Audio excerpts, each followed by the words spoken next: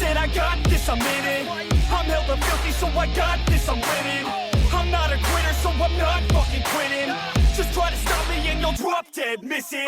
Welcome back, everyone, to another episode of Pointless Web Browsing. I'm your host, Grave Knives, coming to you from the Graves Core. Today, we are going to be doing something pretty simple, actually. I want to say once upon a time, I stumbled across this site. Back in the day, like a long time ago, when I was doing like fucking 9, 12 websites in an episode and just cram everything in there. This, though, now we're giving it its own whole episode. Its own attention. And there's not a whole lot here. It's going to be a pretty short, simple episode. But this is strawberry Pop-Tart Blow-Torches. Now, mind you, this was last updated in August of 1994.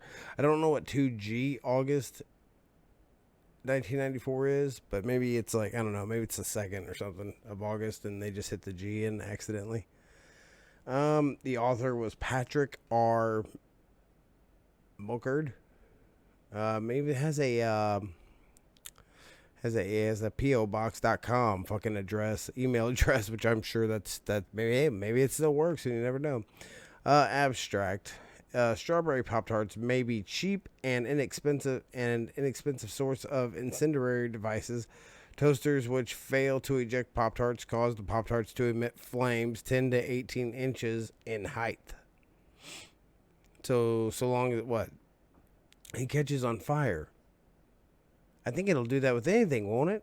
Anyways, introduction. Last year, my article by well-known newspaper columnist Dave Barry noted that Kellogg's Strawberry Pop-Tarts SPTs could be made to emit flames like a blowtorch if left in a toaster too long. Given previous work in the field of food entertainment, see Fun with Grapes, a cash study, maybe we will. It was obvious that this was a new frontier that requires further exploration. The present work describes our independent verification and experience with SPT-based combustion. Materials used. Only 2 basic materials are needed to cause SPT combustion: a hopefully inexpensive toaster and some strawberry Pop-Tarts. Figure 1. Does it have to be strawberry? I mean, it only strawberry does it? In this work, the authors used Kellogg's Strawberry Pop-Tarts with real Smucker's fruit. SPTs can be obtained either with or without frostings. The non-frosted variety were used for this experiment. So non-frosted. Although that looks like it's frosted. I'm just saying, in the damn picture, it looks like it's frosted. It doesn't look like a plain one. Like, it almost looks like I can see speckles. It looks like there's speckles, maybe. I don't know. Maybe that's just like the holes. Maybe it is unfrosted. It's hard to see. But we'll take their word for it and say non-frosted. Okay, figure 1, toaster and strawberry Pop-Tarts. In addition to the basic materials, a number of safety-related items are needed to conduct the experiment. First, a suitable location for experiment was required.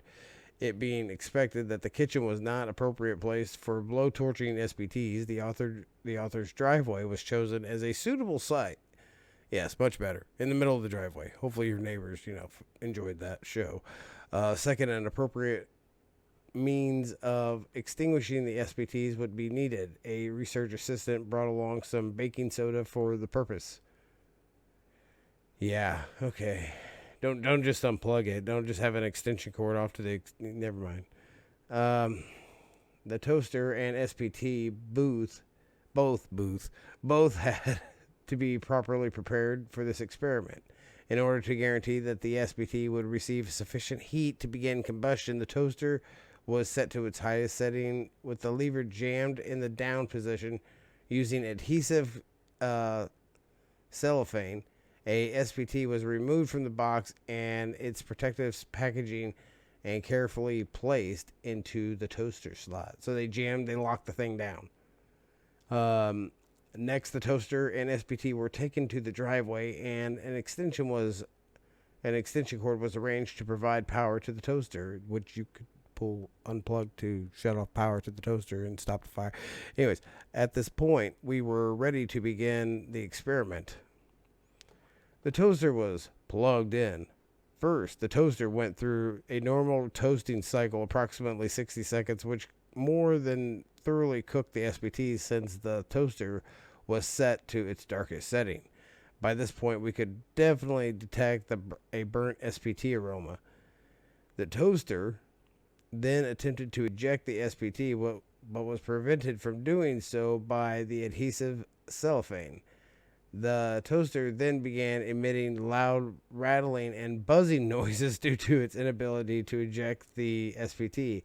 At this point, the researchers became somewhat concerned that the noise from the toaster would wake the neighbors and attract undue attention. However, we decided that we were already committed to the experiment and that the neighbors would be able to sacrifice some sleep in the name of science. Soon thereafter, large amounts of smoke began pouring out of the toaster. The researchers noticed that some of the neighbors down the street were beginning to get a little curious, but the experiment proceeded nonetheless. Approximately 40 seconds later, small flames began licking their way out of the toaster. The flames steadily grew larger and larger until reaching a maximum height of about 18 inches above the top of the toaster. Figure 18 presents a time series collage of the flames emitted from the SPT. Can we just click on this? And there we go. Look at that beautiful fucking flaming Pop-Tart. It almost look. Is it just me, or does it look like the Pop-Tart is sticking out? The Pop-Tart's like emerging from hell. It's like, oh, you motherfuckers. You know, it's kind of scary. As the flames were reaching their maximum height, the toaster abruptly stopped making buzzing noises. We speculate that the flames had by this point shorted the electronics within the toaster. The toaster was quickly disconnected from the primary electrical source to avoid any potential damage to the author's house. At this point, the researchers also realized that the heat could inadvertently melt the adhesive cellophane and cause the flaming SPTs to suddenly eject from the toaster. Unfortunately, this did not occur. I was going to say that would actually be kind of funny, I would think, to see a couple of Pop-Tarts pop out, like a foot and a half into your driveway that's on fire. Ooh. Unless you're like sitting next to your house, which then you're just asking for, or your neighbor's house, which then you're just asking for trouble. The flames continued for several minutes. At this point, there were some slight concern that the flames might take considerable time to diminish. Who cares? It looks like it's pretty well, like you're out in the middle. I mean, it looks pretty safe. We then enlisted the help of a reluctant research assistant to sprinkle baking soda on the flames. The reluctance was understandable given the potential for premature SPT ejection described in the above photograph. The baking soda quickly extinguished the flames and produced still further smoke. Okay, but the question thing, how far up? I mean, what, someone argued about the fucking pouring baking soda over this? Again, that thing could launch out at full force, and you're going to get maybe a couple feet up in the air. All right, you're all right. Trust me, start sprinkling the damn baking soda, you would have been fine. Pussy. Once the flames were extinguished, the researchers noticed an unanticipated problem. What to do with the now defunct toaster and spent SPT? Why is that a problem? It's a fucking trash can. I can see it right there. It became obvious that the toaster could not be returned to the author's house due to both a continued potential fire hazard and a small smell of burnt strawberries. In addition, it was noted that the toaster was still too hot to handle, necessitating the use of a nearby garden hose to cool the toaster off. This is illustrated in figure 5B. Finally, it was decided to just leave the toaster by the curb for the sanitation experts to pick up the next morning. Oh, nice. In summary, overcooking the SPT did not produce a good-sized flame. The effect was not pronounced as the researchers had hoped, but was satisfying nonetheless. The research assistant noted that the flames produced did appear to have some color variation. Yeah, it's probably like the metals and stuff inside burning up, and just that wasn't the fucking Pop-Tart. We believe that the frosted SPTs may produce even larger torches. Further research in this area is warranted. We did desire to repeat the experiment with the remaining 5 SPTs, but we could not do so because there were no more suitable toasters available for further experiments. In the future, we recommend that the toasters be sold in 6-packs to accommodate important SPT research. Instead of remaining SPTs were sacrificed over the course of the next several days in private, undocumented consumption experiments. So it sounds to me like a group of people and individuals, sounds like maybe some people I would probably be hanging out with, would come up with an idea of like, I wonder what would happen if we stuck some Pop-Tarts in the toaster and just left them in there for like fucking 10 minutes. I think anything is going to burst in fire. I don't think you need the strawberry Pop-Tarts by any means. Not at all. I think you can do that you could probably do that with toast. You could do that with a fucking waffle. You could do that with a pancake, a freaking cucumber. No, probably not a cucumber. That's a lot of water there. But, no, I mean, there's a lot of things you can put into a toaster, and it's going to freaking catch on fire and burn up, I mean, this guy over here. Man, look at that. He didn't care much about it. I mean, I would have used like a single cord going directly to that and not like a whole plug to take a multi-plug thing to take the heat from that shit. Idiot.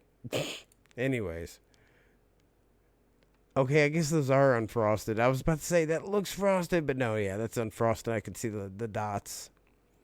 So not bad. I mean, I guess interesting enough. If you ever want to, like, if you do this, man, I mean, I don't suggest that you do it. Not by any means. I don't. But, I would probably put some fucking, some safety glasses on. They forgot to say, hey, I don't know, probably pull the power before you start pouring baking soda on it, stuff like that. I don't know. What's this one look like? See, is that their hand? That's a bare foot.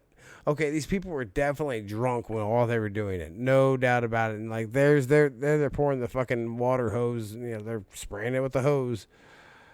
Baking soda and water all over the driveway with the smell of burnt Pop-Tarts. Sounds like a good night, actually. It doesn't sound like it was boring. So I don't know. Hope you enjoyed this little website. Until the next time, I'm Grave Knives, and I'll see you then.